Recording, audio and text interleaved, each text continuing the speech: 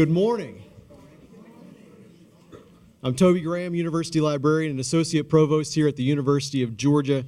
And on behalf of the Hargret Library and the University of Georgia Libraries, of which it is a part, welcome to the 2014 induction ceremony for the Georgia Writers Hall of Fame. This is an event that we have looked forward to all year long. Since this time last year, our Board of Judges named this year's inductees.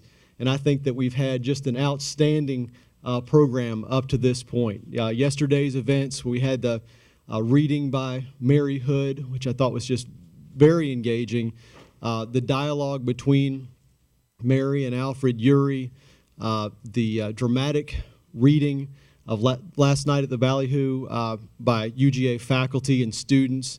And I think we all of us who attended that enjoyed it, and it certainly looked like the students got a great deal out of that event to be able to perform that and to interact with Alfred Yuri afterwards. And then the scholars panel. And then today we continue our celebration of the lives and the works of writers Mary Hood, Alfred Yuri, and posthumously Olive Ann Burns. They're among 48 writers who have been inducted since the University of Georgia Libraries established the hall in 2000.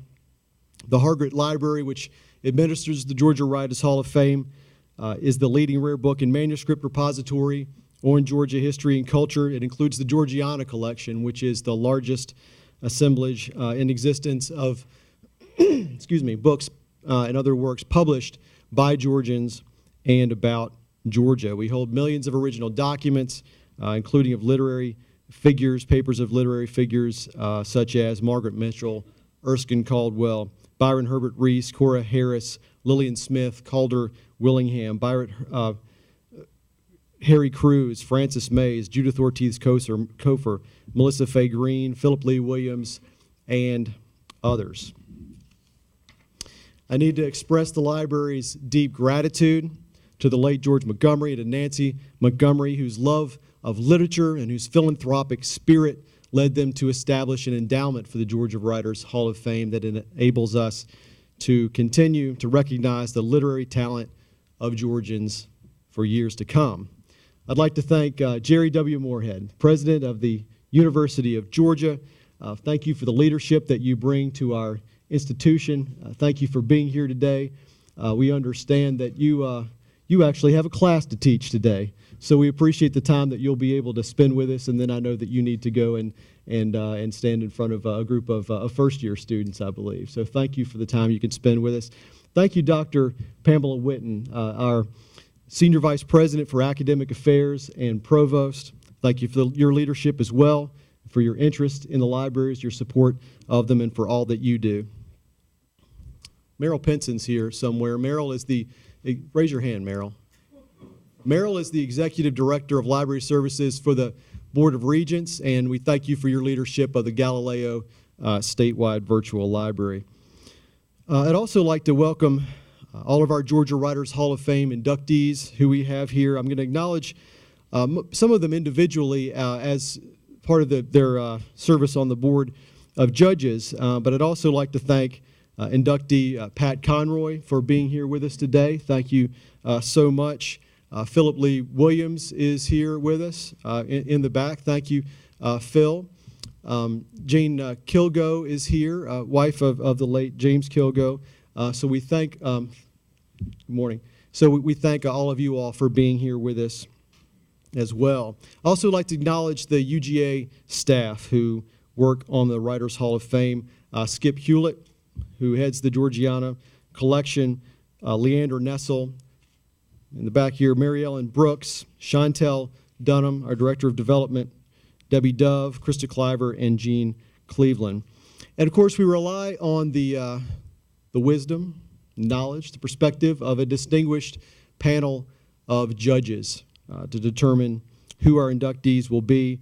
And I'm going to take a moment to recognize our judges. And if you will stand as I state your name. Mrs. Mary Adams.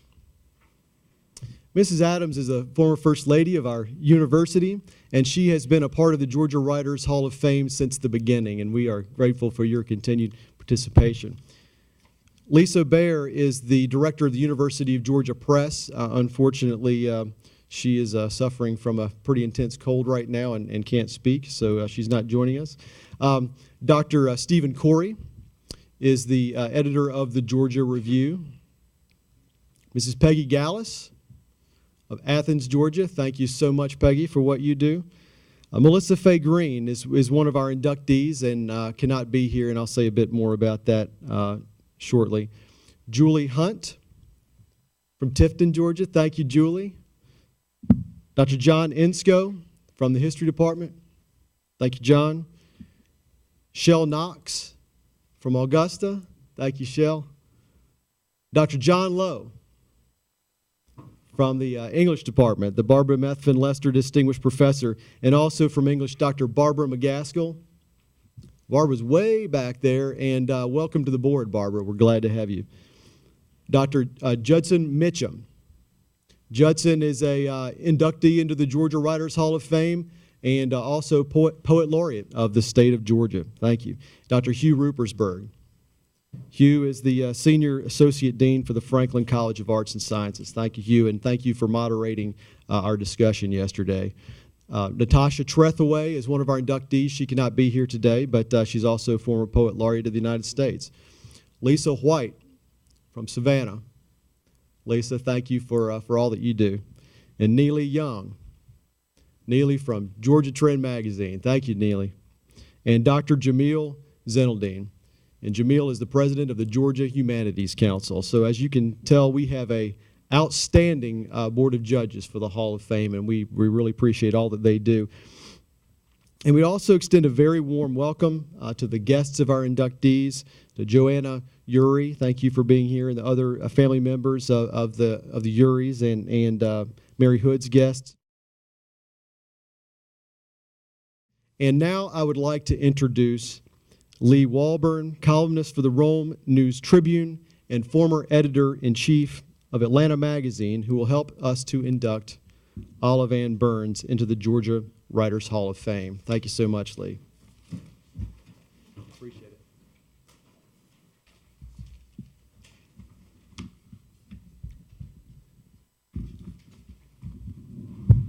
Put this where I can see it. Today's Georgia Writers Hall of Fame induction ceremony marks the third time I've had the privilege of honoring Olive Ann Burns.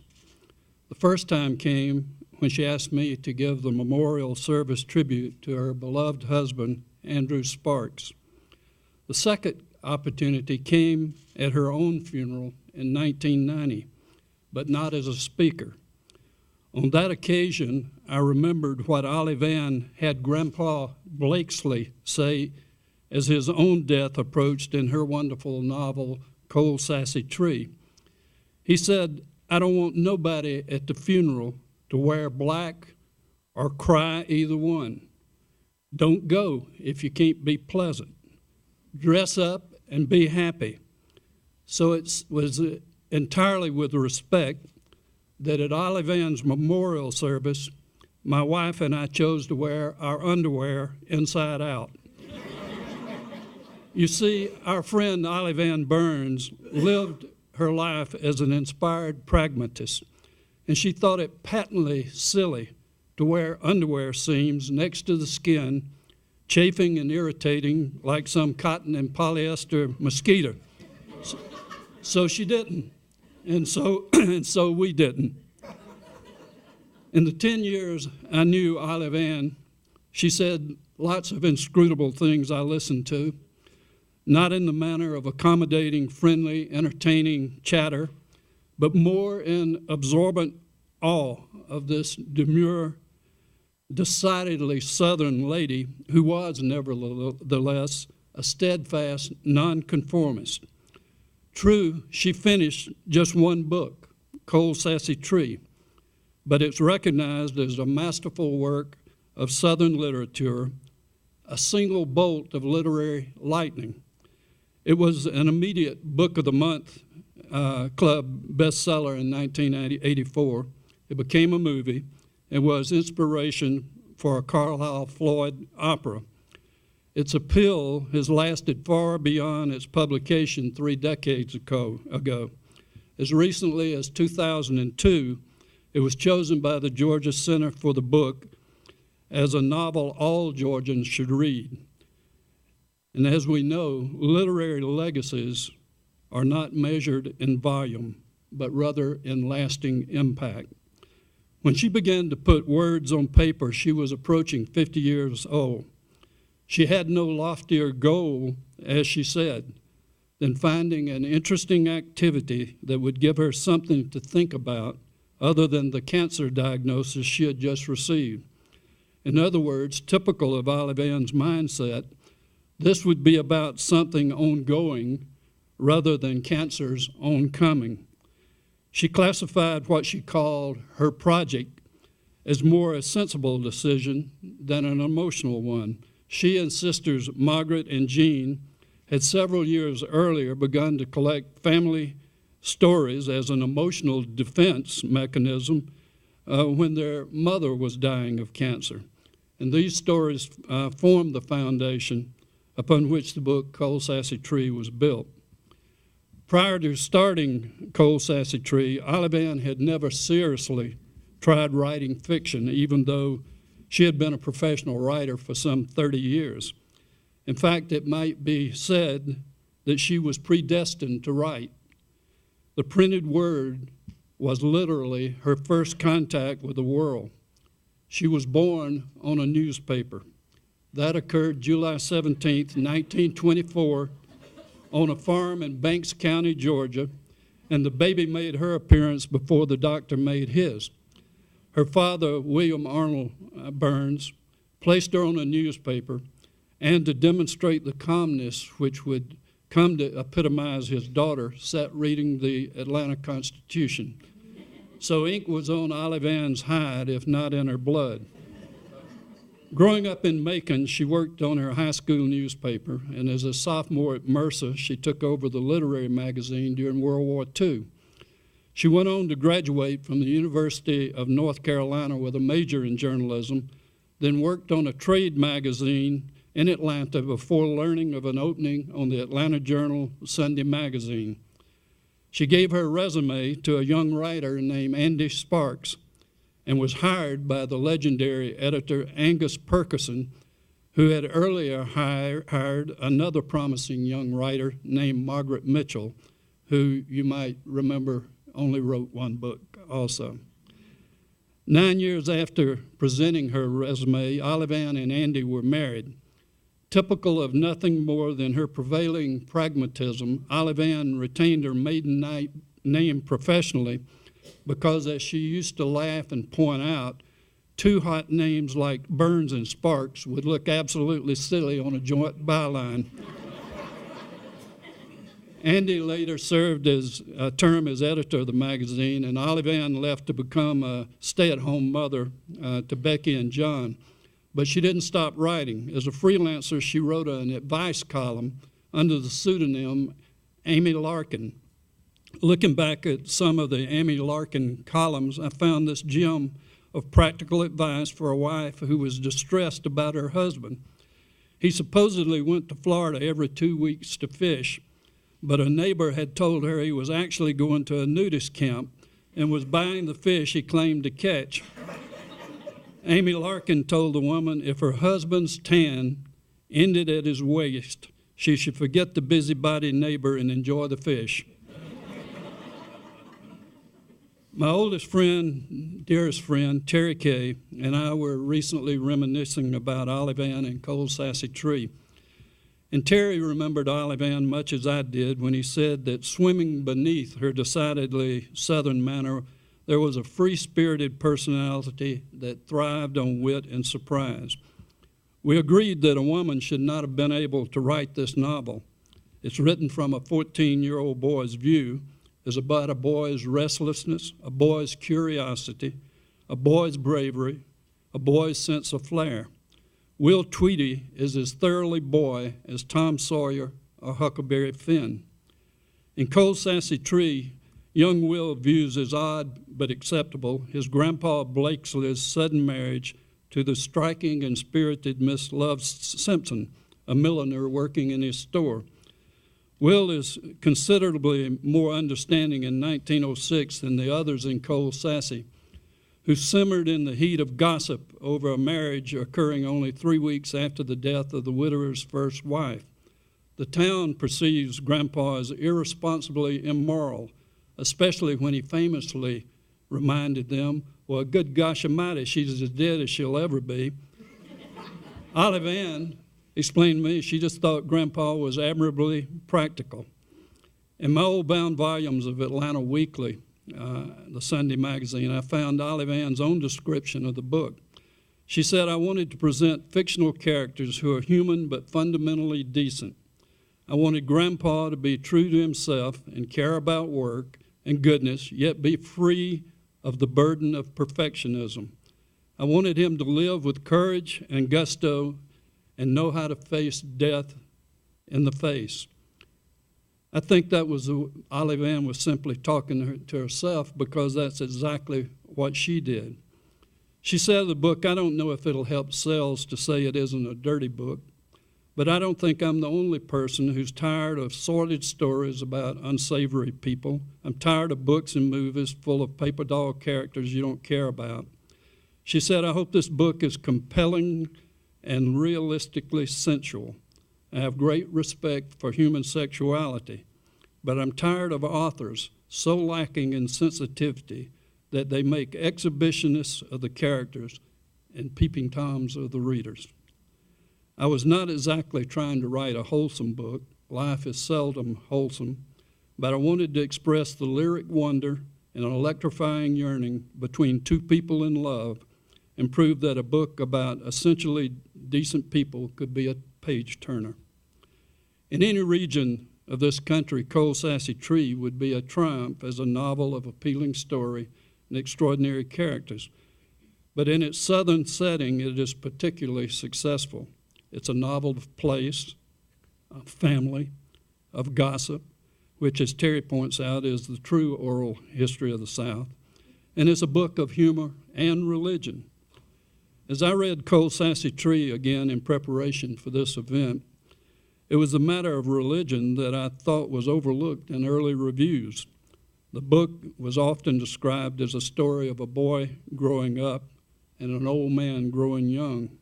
I think the book is more a sermon from Olive Ann about her personal iconoclastic theology imparted through the voice of Grandpa Blakesley. Point being, what good are stories if they don't carry a message about life? Olive Ann's message was about the sacredness of the ordinary. Olive Ann believed that God instilled in human beings a keen instinct for receiving, relating, and retelling stories.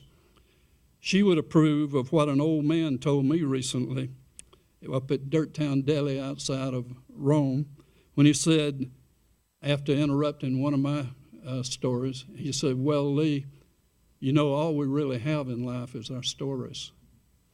Hit me right there, because there's never been a truer statement. Stories tell who was important to us and what was important to us and form the very fabric of our lives. Even the Bible reminds us that whenever Jesus wanted hearts stirred, thoughts provoked, and emotions enlivened, he told stories. Well, Grandpa's pragmatic wisdom. You ever had pages stick together? And in my mind, Olive Ann's pragmatic wisdom is as provocative as a few chapters from Ecclesiastes. Grandpa said, as you remember, life bullies us, son, but God don't. There's a heap more to God's will than death and suffering and the like. Folks who think God's will just has to do with suffering and dying, well, they miss the whole point. Near the end of the book, consumed with pain and facing death, Grandpa had this to say about faith and prayer. He said, well, faith ain't a magic wand or money-back guarantee. You respect life like it is. He believed there was only one legitimate prayer, and that was, Lord, help me not to be scared. That's 7 words many of us whisper each time we sit down to write, and is the very heart of a gospel worth pondering from the author who wore her underwear inside out and in whose honor we're gathered in celebration of her magical contribution to our reading life. If Skip Hewlett will come forward, we have a plaque for Olive Ann, and Skip will accept it on her behalf.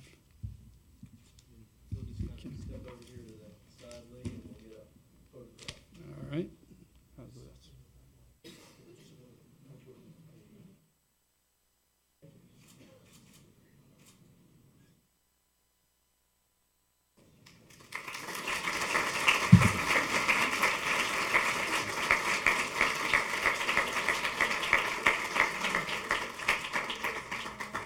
We're accepting on behalf of Jean Legrand, Olive Ann Burns' sister, who unfortunately passed away earlier in October, for that matter. And the Legrands, she and her husband Nathan,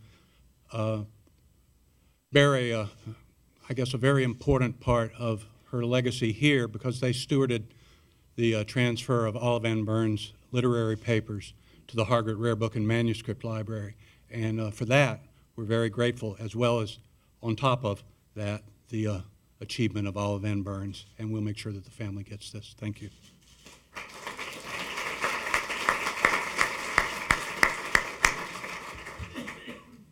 Joining us today to induct Mary Hood is Pat Conroy.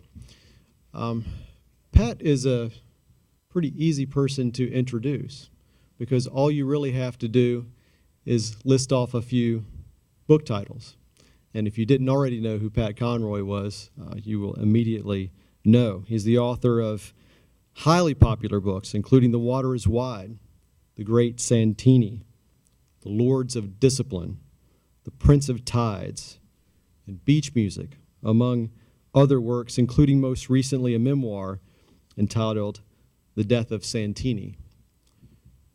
He's achieved considerable success as a screenwriter, and Pat himself was inducted into the Georgia Writers Hall of Fame in 2005, and we are honored to have you here today to help us to induct Mary Hood. Pat Conroy.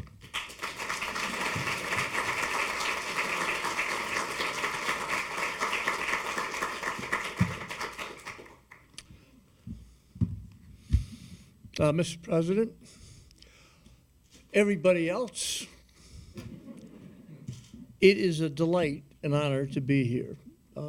Chantal Dunham has been a great friend of mine personally in getting me to the library. She forces me here much more than I've ever wanted to come, but this is her job, and I appreciate that.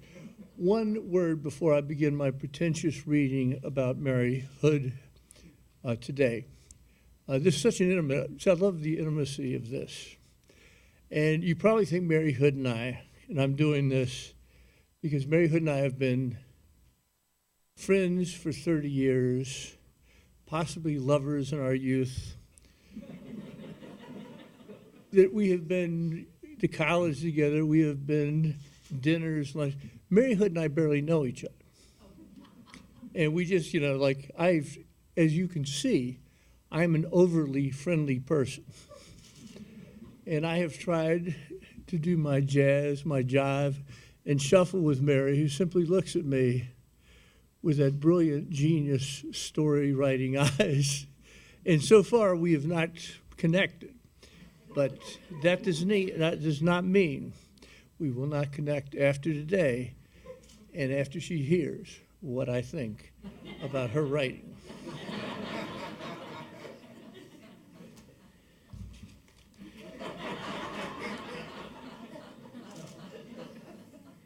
Mary Hood, you should have been nicer to me. That was a joke. That was a joke. That was a joke. In the early 1980s, I met the legendary Stephen Lindbergh, the editor of Georgia Review, as we were both searching for great books at the Old New York Bookshop in Atlanta. As all of you know, Mr. Lindbergh was in the process of making the Georgia Review one of the best literary magazines ever published in this country. And I put the New Yorker in that list. On that first day of our introduction, he told me about the discovery of a great American writer I had never heard of by the name of Mary Hood. I read the first story of Mary's he published, and later read her stunning collection of stories, How Far She Went. No one knew how far she went. We are gathered here today for her induction into the Literary Hall of Fame, and she has gone that far. I believe today, and I've believed for a long time, that Mary Hood is one of the 3 or 4 best writers ever produced by this complicated, rough-hewn state. It is one of the great honors of my literary life that I've been asked to introduce her on the day she is honored as one of the great artists ever to grow up in the sunshine and dark winds of Georgia. I think the honor is long overdue, but she had to wait for a couple of years to be admitted to this hall but she had to wait for a couple of writers to be admitted to this hall by the skin of our teeth. I consider myself the leaders of that lucky pack. When I first read How Far She Went, I made a phone call to my young editor at Houghton Mifflin, Jonathan Galassi.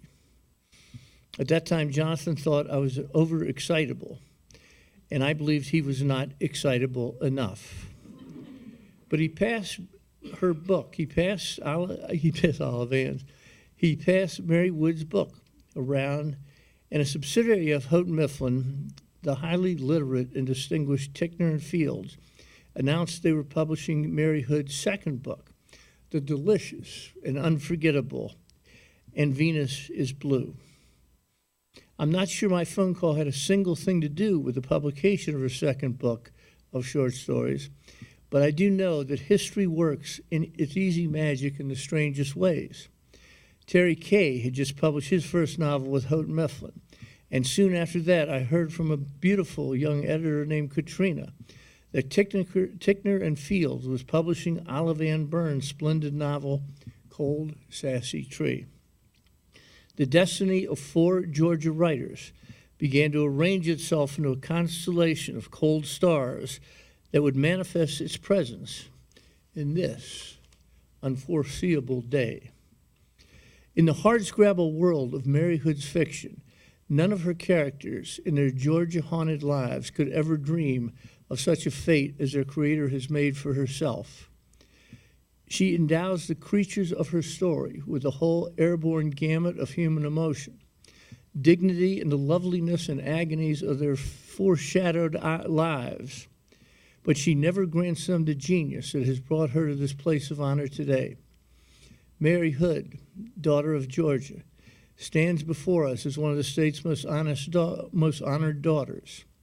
Indigenous, she is much a part of this red clay soil as Vidalia Onion, Stone Mountain, Boiled Peanuts, the Bulldog football team, or the burning of Atlanta.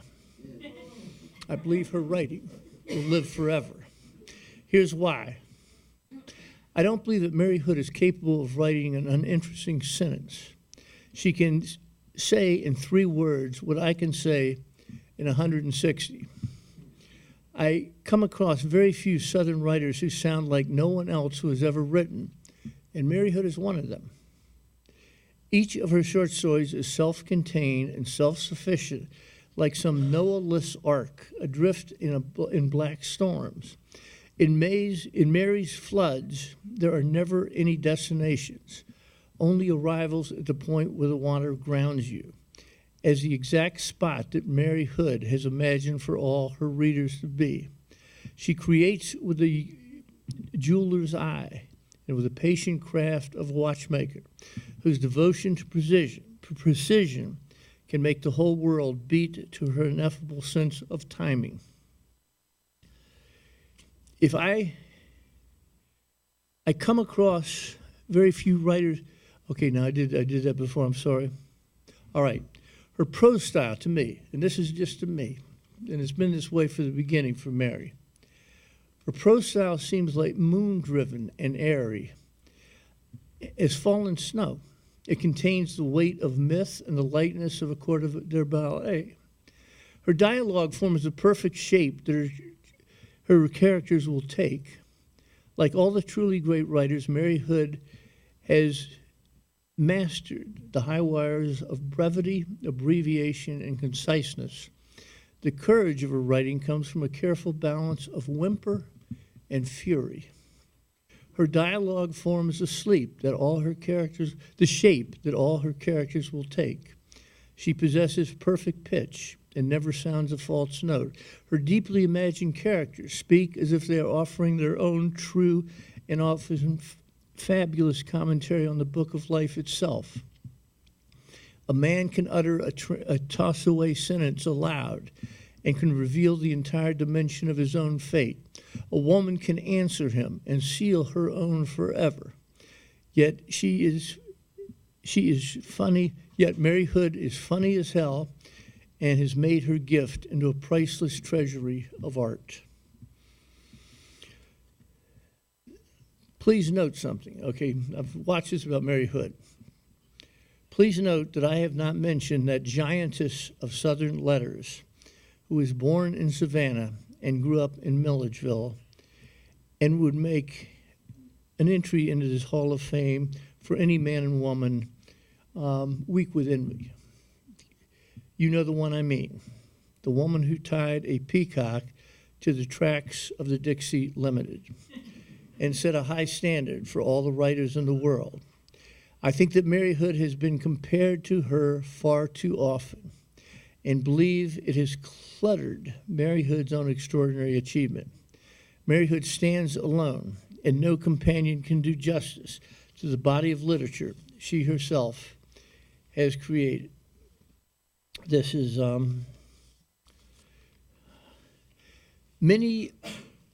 this is, in the past 2 months, I have read every novel and word Mary Hood has written. I know this day was coming up, and I was going to be a bridesmaid at her induction. As I read her novel, Familiar Heat, and all of her short stories, and a new novella named Seam Busters, and a new collection of short stories, I worried that I was not up to the task.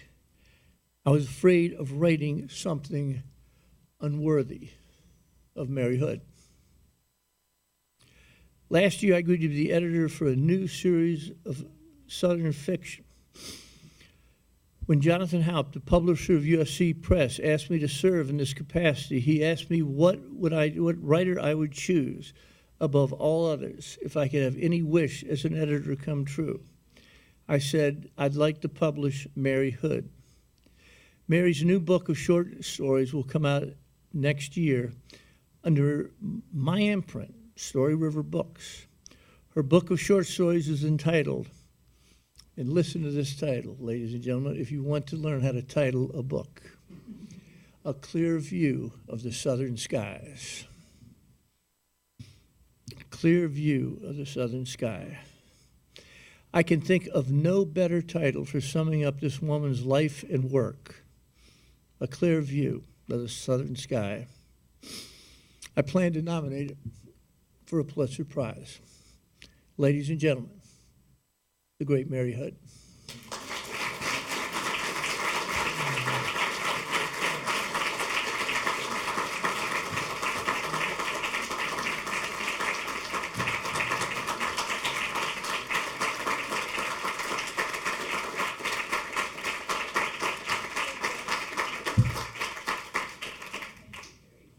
And if you all could come over here for Pat, could you join us for a photograph real quick?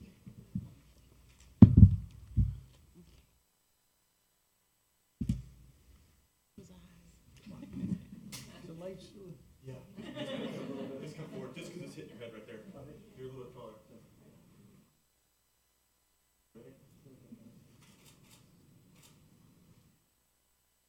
Great. Thank you.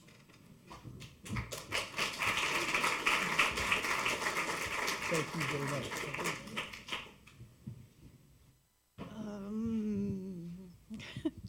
Oh, they told me to fix this.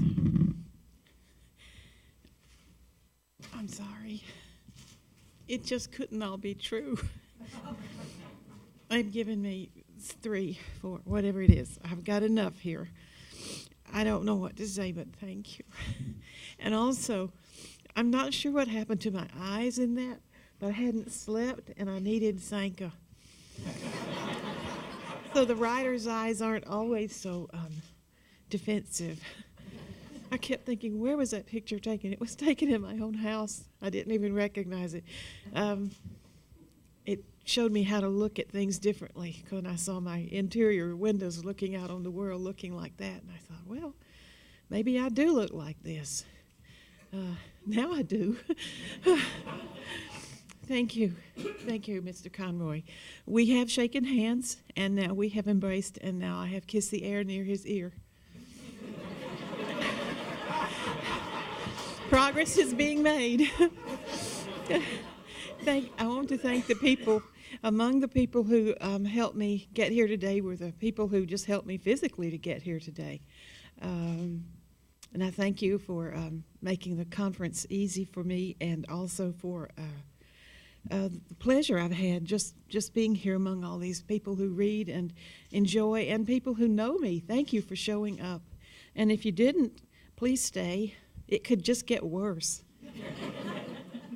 I'm going to talk to you a little bit about Olive Ann before I talk about me. She was flashing black eyes, absolutely black, shiny jet eyes. And she had a way of pulling up her breath from her heels, like she was flat-footed, getting it all in there. You knew she was going to deliver something. I call them Olive Aneurysms. She told me once that you must never shop for shoes with your diamonds showing. Always turn them to the back or they'll charge you too much. And that was something that a woman had told her, and that's how she knew. Because the woman kept her jewels when she went away, she would leave them somewhere hidden in the house where no one would look, and she left them in the oven. I think she may have told this at the Roots in Georgia. That's where I heard her tell it to me. And the lady put the diamonds and she had some opals and pearls in a bag in the oven and pans in front. When she came home from her trip, the one thing she wanted was Southern food, and she baked cornbread. And the opals and pearls went to dust. But she still had her diamonds to turn around when she went shoe shopping.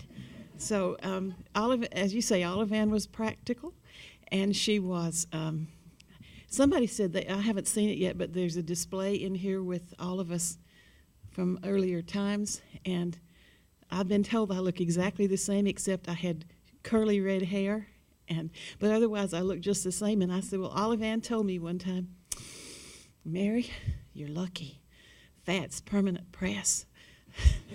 So I think I blame it all on Southern cooking. At any rate, here I am, and what I want to write about what I want to tell you about is that our writing comes from so many places. And my story yesterday was where do we get our light? From what light do we get our light? Olive Ann was one of my lights. I was already staggering along writing when she read an interview by Don O'Brien in the Atlanta newspaper, and she clipped the article and sent it to her editor, Katrina Kennison. This is more about what was going on behind the scenes. And she said, surely this woman is a bigger idiot than I am.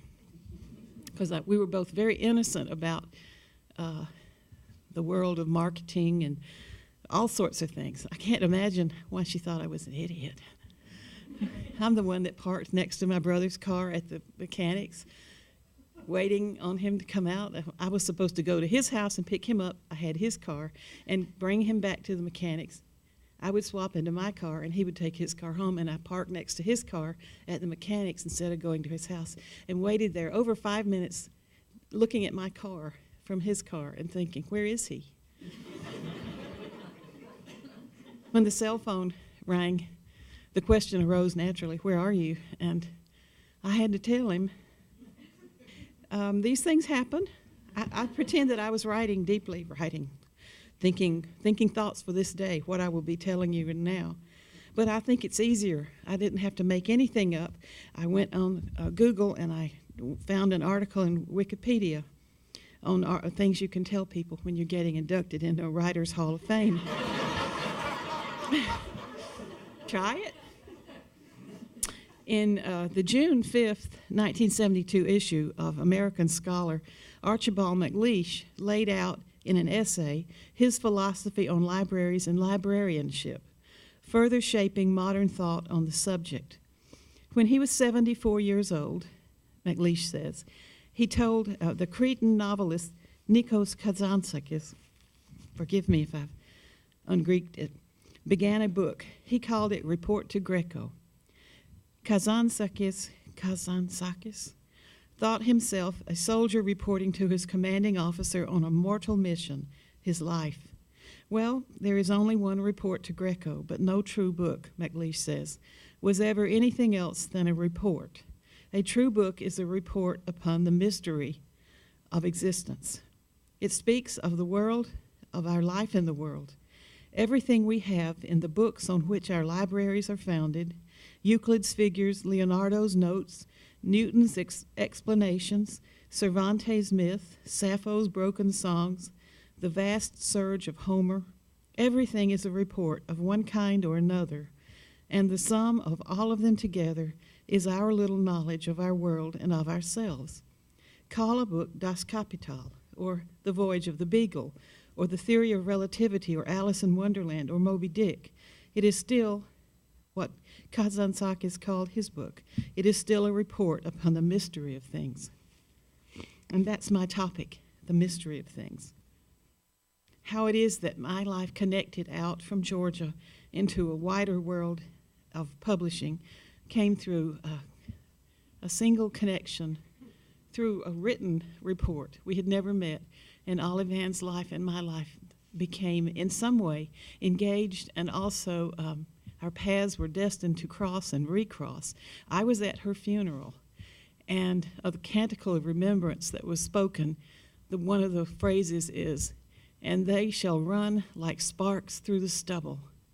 Well, she and Andy both had that phrase at their funerals, and so I imagine that was part of their wit, that Sparks reference was still in there. And I live in Commerce, which is where her story began and ended in a way, because I live near the Gray Hill Cemetery place where she and Andy have a stone. And there's nothing on it that says great writer. There's nothing on it that says cold sassy tree. She's, there it is. We'll see about that one day. At any rate, she was one of the lights that lit my light. And it was a kindness. It was an act of kindness. A blind act of kindness. And it has changed my life.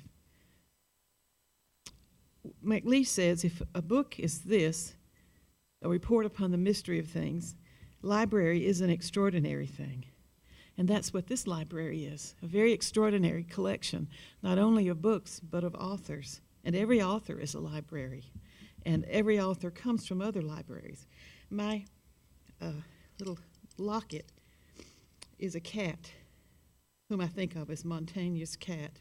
I would love to have been Montaigne's cat. He already had a wife and daughter.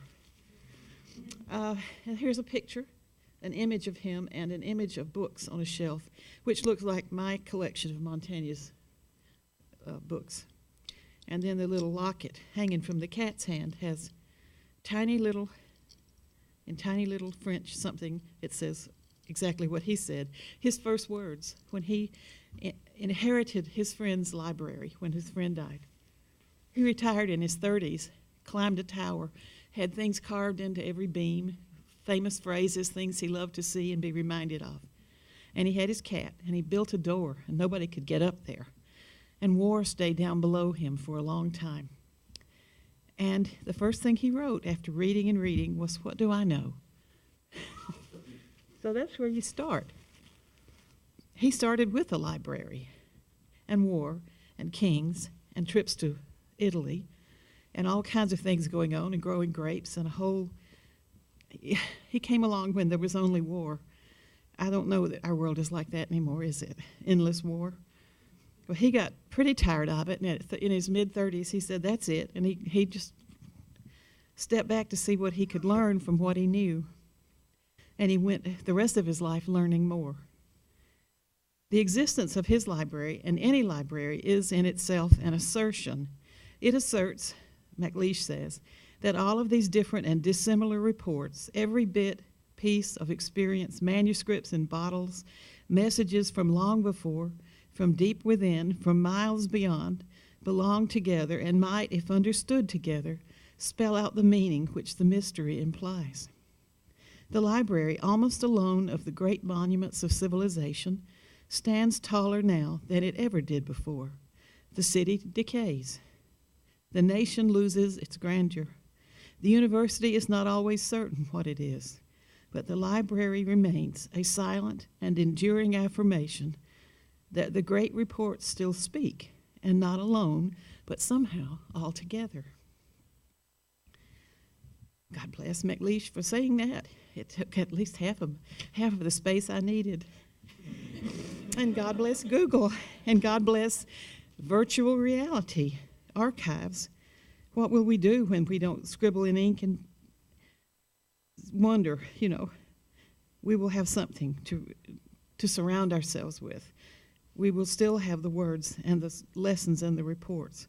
But just imagine all the ones in this Hall of Fame and all the ones nominated and the ones yet to be nominated, conversing, and the ones like accidentals in a field guide to birds, including John Muir on his 1,000-mile walk to the sea, sleeping and waking among the dead in Savannah, and Eugene O'Neill on Sea Island, where I pushed open the rusty gate on his terrace and stood in the leaf-strewn patio when I was 14, hoping to sell Girl Scout cookies to his ghost. No sale. And the young soldier who wrote Company H, the journal account of Sherman's march through Georgia, and John Bartram poking around like God, making a way where there was no way. Even plucky little Zora Neale Hurston, her oyster knife sharp, did some listening and mined some Georgia salt. And who knows what is going on right now? Along the interstates, in the jury rooms, on the back dock at Kroger, in the residence motels in the onion fields, on the floor at Shaw Industries, while the broadloom carpet grows like a novel, flows like a river, guided through by the hands that lift the snakes on Saturday night at Sand Mountain. Oh, I can hardly wait to see what's next, what the future does with the past, which is where we are now. I thank you for this honor.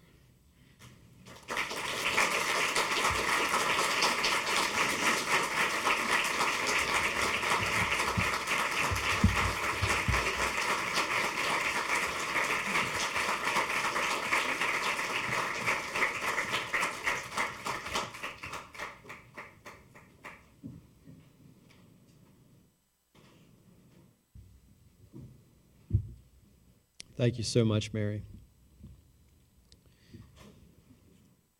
It was the fond wish of 2011 inductee Melissa Faye Green that she would be here to induct her friend Alfred Yuri. Tragically, she and Don lost their son Saul recently. He was a student at Georgia Gwinnett University. He was a young man they had adopted in Ethiopia when he was very young, and all of the fellow judges for the Georgia Writers Hall of Fame, all of our staff at the libraries, are heartsick for Melissa and Don. We feel like we know their family. We met them when she was inducted, but also we know her family through her writing. And so I know that Melissa and Don and their children are all in all of our thoughts as they mourn their loss.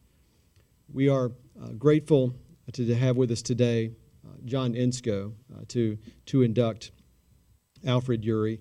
John is professor of history here at the University of Georgia and has done so much for this university and for our state. And I'll just pick one of those things, which he served as the editor of the New Georgia Encyclopedia, which tells us a great deal about Georgia writers, but also all other things Georgia. And it's become such an important fixture on the educational landscape, the information landscape here in our state, and is used millions of page views every year, and it's been so important to us. So I would ask John, will you come up and help us with the induction of Alfred Yuri, please?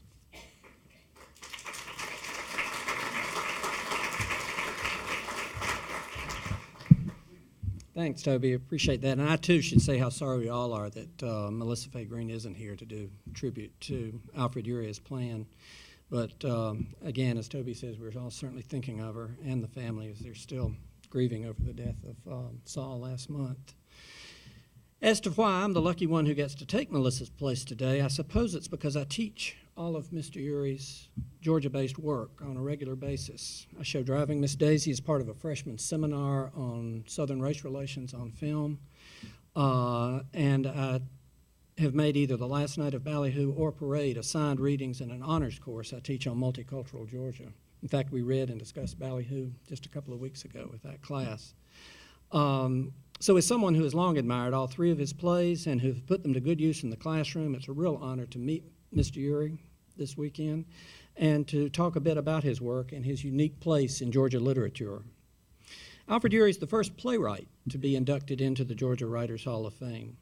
All three of his Georgia-based plays, often called his Atlanta Trilogy, though he says there was no rhyme or reason or method in that, just happened to turn out to be three plays. They've all enjoyed considerable success on Broadway, on stages across the country and around the world. Through each of them, he explores in ways that no other writer has the multiple facets and perplexities of Jewish identity and experience in the 20th century South, and all of it centered on the Jewish community in Atlanta. Born in 1936 to affluent German Jewish parents, Yuri's family was very much a part of that community, and he came to know it well growing up in its midst. After graduating from Druid Hills High School, he moved north to attend Brown University, where he majored in both English and drama, then moved on to New York City, and after several years of teaching high school, turned to writing plays. His first success was a musical adaptation of Eudora Welty's novella, Robber Bridegroom, in 1975, followed by other musicals, including Little Johnny Jones, based on the life of George M. Cohan in 1982. It was only then that he turned back to look at his own Southern Jewish roots and found in them an infinitely rich source of both drama and comedy. The first of these was, of course, Driving Miss Daisy, which opened in New York in 1987.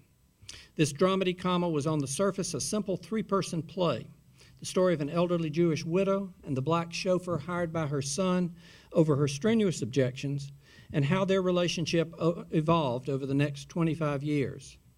Beginning in the late 1940s and running through the 1970s, the play has as its backdrop the civil rights movement as it played out in Atlanta, and it moves forward and how it touched both Daisy Wortham and Holt Coburn, inspired, by the way, in part, both by his own grandmother and her chauffeur.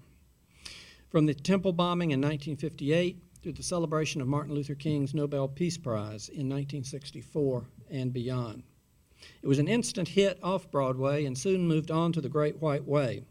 Less than 2 years later, in 1989, it was adapted as a film by Yuri himself, with Morgan Freeman, Jessica Tandy, and Dan Aykroyd starring in it, most of it filmed on locations in Atlanta. Tandy, then 81 years old, won the Academy Award for her portrayal of Miss Daisy, the oldest woman ever to win an Oscar. It also won Oscars as Best Picture of the Year, and Yuri was awarded one of his own for his screenplay, which makes Driving Miss Daisy one of two Georgia-based films that have won Best Picture Oscars, the other, of course, being Gone with the Wind. With those Academy Awards, plus a Pulitzer Prize awarded to the play and Tony Awards for both of his next two plays, Yuri is the only writer, heck, the only person, ever to win all three of these honors: Pulitzer, Tonys, and an Academy Award. Yay, indeed. Yeah.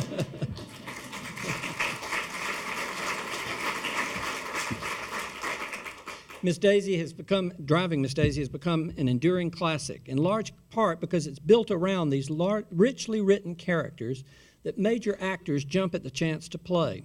It was revived on Broadway and in London a couple of years ago with James Earl Jones and Vanessa Redgrave in the leads. And it toured Australia last year with Jones again playing Hoke and Angela Lansbury playing Miss Daisy. Well, Yuri hardly rested on his laurels after that phenomenal success. He was commissioned by Atlanta's Olympic Arts Commission to write a new play to be staged in conjunction with the '96 Olympics. That play was an early version of The Last Night of Ballyhoo, which first performed at the Alliance Theater that summer. It, too, drew on his own childhood memories of the Jewish community in which he grew up. At one level, it is a very funny and entertaining drawing room comedy, as we saw last night. Those of us that were here for our wonderful reading and great acting that we saw on the part of our own drama department here last night. But it also grapples with serious issues of conflicting regional and religious identities as played out within a single family, all triggered by a crucial moment in time, December 1939, with not only the Christmas holidays and Jewish recognition of that, but also the annual staging of Ballyhoo, a social gathering of affluent Jewish young people from throughout the South, in which Mr. Yuri last night called it a Jewish meat market. But it was also the time at which the Atlanta premiere of Gone with the Wind, the world premiere of Gone with the Wind in Atlanta, with at least one of the members of the family obsessed with that occasion. Also in the opening months of World War II, we have their concerns with the plight of Eastern European Jews as Hitler invades Poland and American Jews begin to wrestle with how the U.S. will respond to that crisis. The play moved on to Broadway in 1997 and won the Tony Award as the year's best play. According to one critic, quote, Alfred Yuri's achingly beautiful play, The Last Night of Ballyhoo, is luminous and powerful. It will most likely find a place in the American canon alongside his Driving Miss Daisy. Yuri draws his characters with so fine a pen on such a solid foundation that the story takes on the sharp poignancy of life. It was only 1 year later, 1998, that Yuri unveiled his most ambitious and most daring work yet at Lincoln Center in New York, a musical entitled Parade that retells the tragic, controversial story of Leo Frank, the Jewish factory manager who in 1913 was wrongly accused, convicted, and in 1915 ultimately lynched for the murder of a 13-year-old factory worker, Mary Fagan of Marietta. Great subject for a musical, huh? Well, it turns out that it is, and brilliantly so. It's a remarkably full recreation of the case, and a fascinating and quite sophisticated historical interpretation that never shies from its racial, class, and political complexities, with both song lyrics and Yuri's dialogue beautifully blended to express the public and private sentiments about all of the contentious constituencies and key players involved in the case. This is part of what makes it so teachable in a history class, because it is a fully worthy historical interpretation of those events. All the while, Yuri keeps Leo Frank and his wife front and center as the psychological and emotional core of what makes the story so tragic. It, too, won a Tony Award for Yuri's book of the play and another for its score, which covers a vast range of musical styles, from marches and hymns to ragtime and ballads. The Lincoln Center production only played for 3 months, but it was soon followed by a national tour, which began appropriately enough at Atlanta's Fox Theater, and it's been revived regularly since, both in New York and elsewhere, in other American cities and in Europe in 2007, 2009. Just as family members and other family acquaintances provided inspiration for the characters in Driving Miss Daisy and Ballyhoo, Yuri had personal connections to the Leo Frank case as well. His great uncle owned the pencil factory that Frank managed and where Mary Fagan died. And his grandmother was a lifelong friend of Lucille Frank, who remained a widow until her death in 1957. And Alfred was telling me yesterday he too has memories of Mrs. Frank as a small boy, when he was a small boy. Yeah. Yuri has written other plays and musicals on a variety of topics since then, and at last he's returning to a Georgia topic, though one far removed from his Atlanta trilogy. He's currently at work adapting John Barrett's Midnight in the Garden of Good and Evil for the Broadway stage, and another musical, no less, with music to be supplied by Savannah native Johnny Mercer, himself a recent inductee into the Georgia Writer Hall of Fame. In fact, this is probably the first time we've had 2 inductees collaborating with each other, in a sense. But it's for what he's already accomplished that we are welcoming Alfred Yuri into the Writers' Hall of Fame today. His impressive array of dramatic and comedic depictions of Atlanta's Jewish experience over the course of much of the 20th century. The three plays vary considerably in terms of tone, subject matter, structure, and character, even as they share much in common in terms of the themes and issues with which they all wrestle.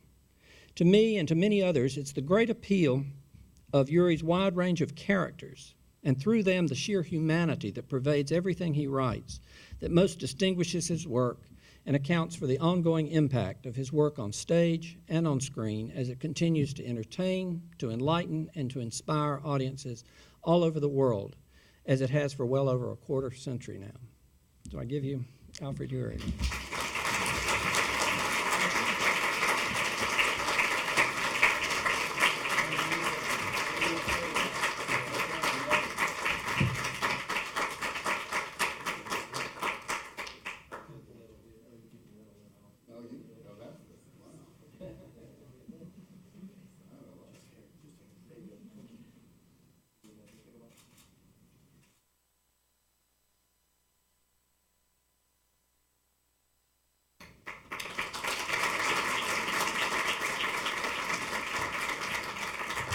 Well, this is a completely surreal moment. I have always thought of myself as a Georgia writer, although I haven't lived in Georgia for a long time. And it's incredibly moving to me that real Georgia writers think of me as a Georgia writer and would include me in this remarkable collection of real writers, because I guess showbiz people are real writers, but we never think of ourselves as such. We think of ourselves as sort of entertainers, give them, let them have their dinner, and between the time that they have then give them their bath, and between right before they go to bed, entertain them for a while, and they'll go to sleep. Hopefully not while we're being entertained. But, excuse me, although I do live in New York and I am a writer of the theater, somewhere in my writer heart, I always come back to Georgia. And I come back to my roots, which when I was growing up seemed, well, that was just what I was. But it's a very particular part of the South, and there are several members of my family here. And I looked online just to make sure that a lot of those stories are true. And they seem to be, unless somebody in my family put them on there. But apparently, my grandmother's grandfather was the first Jewish citizen listed as a citizen of Atlanta, even before Atlanta became Atlanta. It was Marthasville in 1845, and a man named Aaron, I think, was listed as a Jewish merchant. Well, all the Jews that came south were merchants because they couldn't be anything else. They had to run stores. They couldn't be lawyers. They couldn't be doctors. They couldn't do anything like that. But they were smart, and they figured out trade was the thing to do. But this man lived in Atlanta, and his daughter was my grandmother's mother. And then the census went on to say that by 1850, Atlanta was 5 years old. There were 23 Jews in Atlanta, a lot of whom were his brothers. I think what happened was in a certain town in Germany, the oldest brothers would come here because they wanted to get away from the conscription to be in the Franco-Prussian War or whatever war it was in 1848 or around there. And the oldest brother came here. I don't know how the hell he got to Georgia, but I think as a peddler in a wagon with pots and pans rattling on the side. He came to Georgia. He brought his brothers. They came to Georgia, and that was a lot of the 23 people that were Jews in Atlanta. And the only thing that signifies about all that really is not that they were so elegant, because they weren't. They were struggling, but they were very, very proud of being Southern.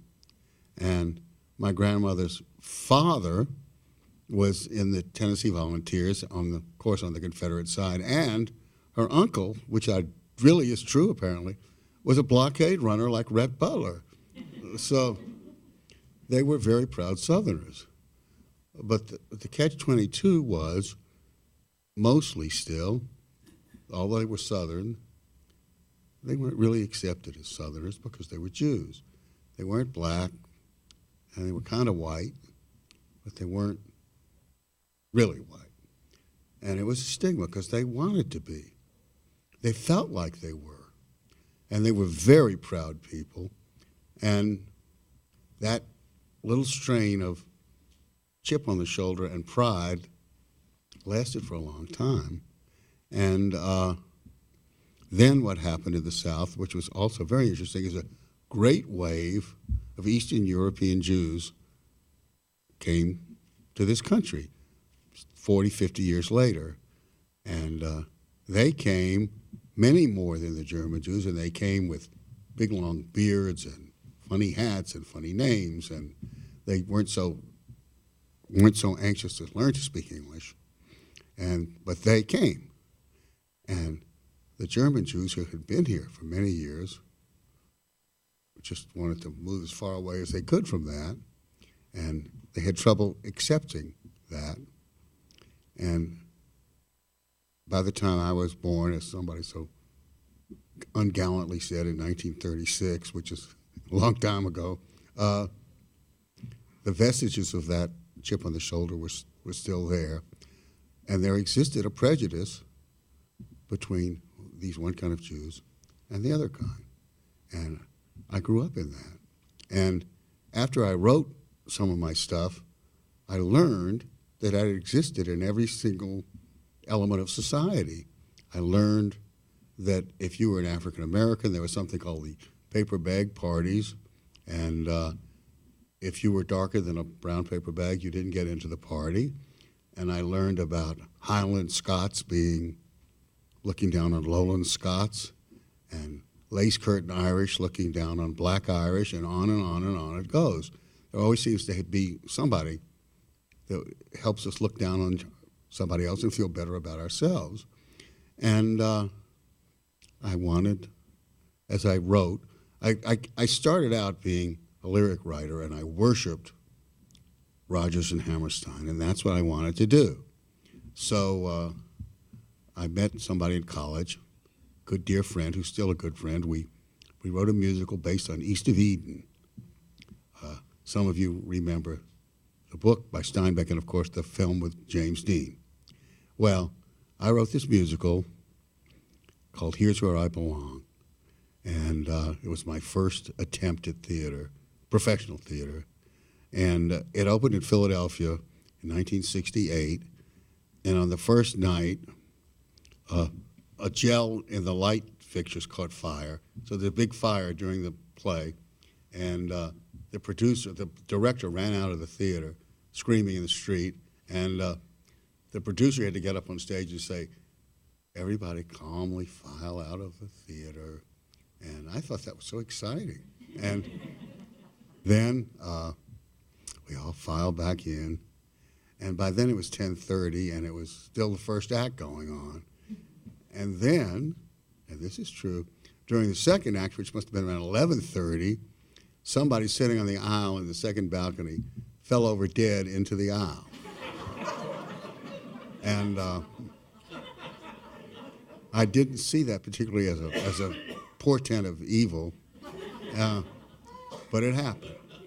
And the story was, I don't even know if this part's true, but that the bad reviews were out on the street before the show was over. And it came to New York.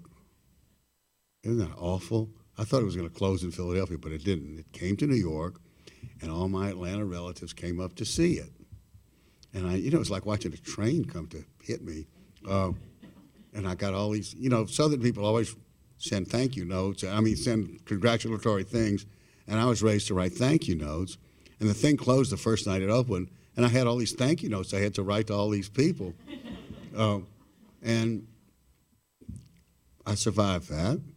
I went on to write, And it finally occurred to me that I think it occurred to these more illustrious and smarter writers to write about what you know, instead of James Dean, who I didn't know. So I proceeded to do that, and I found that if you tell the truth, you're going to attract really good actors who can recognize, you can smell the truth, like you can smell the truth in good writing.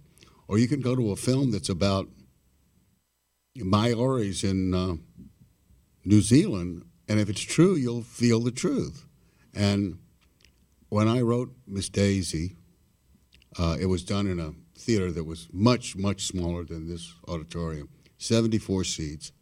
It was in Times Square in New York, before the days that Times Square has now become, very Disney-fied and very proper. It was full of salacious ladies on the street and things like that, and there was this little play. And I knew it was going to run 5 weeks because that's how long they run, those kind of plays. And so I brought my family up the first week so that at least they'd see it. But it kind of went on, and people liked it, and people wanted to do it. And I sold it to the films, and I knew that I was going to get fired because that's what always happens. Pat and I were talking about you get to write the first draft, but somehow some of the gods were on my side. It went on, and I got to write it, and I got to get nominated for an Oscar, which was another surreal moment in my life. And I will tell you that my dear wife, who is sitting back there, said she wasn't going to go because she didn't know what to wear. And I, in all male innocence, said the worst thing you could possibly say. I said, nobody's going to look at you anyway. And so she said, well, I know I'm not going now. And all my daughters had to persuade her to go. She's a very careful, unshopping woman, an intellectual. But she went out with a daughter and bought the most expensive thing she's ever bought before or since, wore it once and never wore it again. And we went, and I won, which was totally surreal. And Jane Fonda was the one who presented me with the Oscar.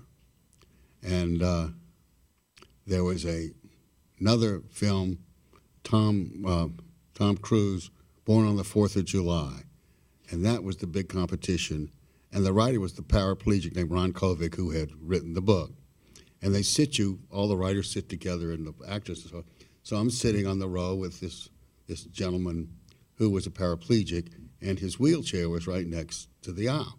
And I was next to him. And during the break, right before our thing, they got Mr. Kovic out of the chair, and they put him in his wheelchair. So, well, that's that. Except they said my name. So I had to, edge out in shock, really in shock. And I remember all I thought was, dear God, don't let me fall over this wheelchair. And I did. It was very surreal. I have been a very lucky man in my life to be able to do theater and to try to tell the truth, as I think all of us in writing come to know it's very hard and it's very scary, but you get to dish out a lot of secrets about things about yourself that people don't even know it's you. But I am deeply honored today to be a part of this illustrious group. And I was raised also to be very modest, as I think most people Southern are. We don't like to show off. And I never know much how to accept compliments. But I do accept this with all the humility in the world. Thank you very much.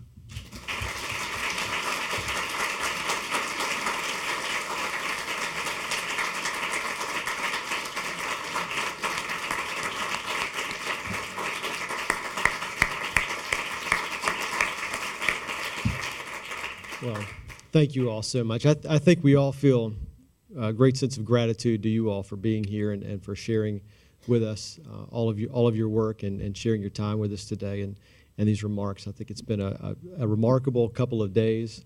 I do want to share with all of you that Skip Hewlett has developed an exhibition using material from the Hargett Library in our gallery space just down the hall that highlights our wonderful inductees this year, and I hope you'll take some time to go and enjoy that exhibit.